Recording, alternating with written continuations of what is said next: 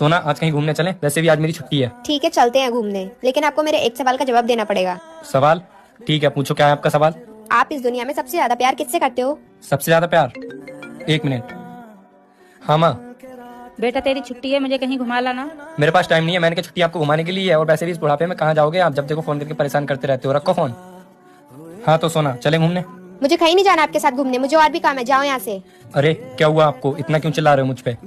जिस माँ ने आपको पाल पोस के इतना बड़ा कर दिया, आप उन पे चिल्ला सकते हो, क्या मैं आप पे नहीं चिल्ला सकती हूँ? मुझे घर में कोई काम नहीं है, लेकिन मैं उस इंसान के साथ नहीं जाना चाहूंगी जो अपनी माँ की इज्जत ना करता हो। वो तो तुम्हारी सास है ना, तुम्हें उनकी इज्जत की क्या पड़ी है? शादी के बाद हर लड़की की सास उसकी माँ होती है, और मैं नहीं चाहती कि कोई मेरी माँ की इज्जत खराब करे। सास खुद तो अपने पति को दबा के रखती है, उंगलियों पे नचाती है, और अपने बेटे को ज्ञान देती है कि अपनी पत्नी को दबा कर रखे, वरना हाथ से निकल जाएगी।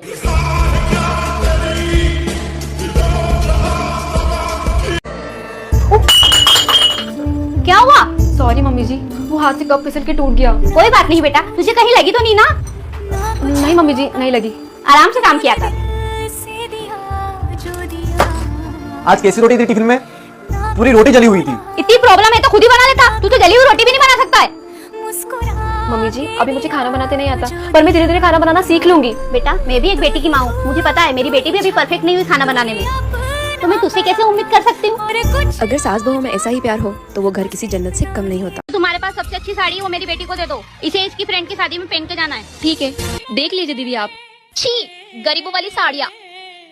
ऐसी साड़ी तो मेरे ससुराल में नौकरानियाँ पहनती है। वाओ मम्मी, ये साड़ी कितनी सुंदर लग रही है, मैं यही पहनूंगी अपनी फ्रेंड की शादी में। मैं आऊंगी तब एक एक साड़ी को गौर से दिखूंगी, आया समझ में? रुको, तुम्हारी हिम्मत कैसे हुई मेरी बेटी के हाथ में से साड़ी छीनने की? तुमने सुना नहीं उसने क्या कहा?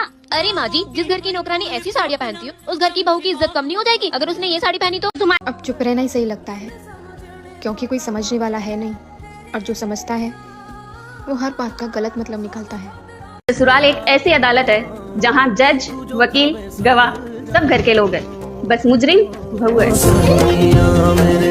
हमें ना सिखाएं लाज लिहाज के बारे में, जो इस लायक होंगे उनका सम्मान हम खुद करेंगे। जो सास ससुर ये कहते हैं ना, शादी के बाद सब कुछ बहू का ही है, वो इस घर को जैसे मर्जी चाहे वैसे बना के रख सकती है, वही सास ससुर शादी के बाद घर तो क्या अपने बेटे तक को बहू का नहीं होने देती।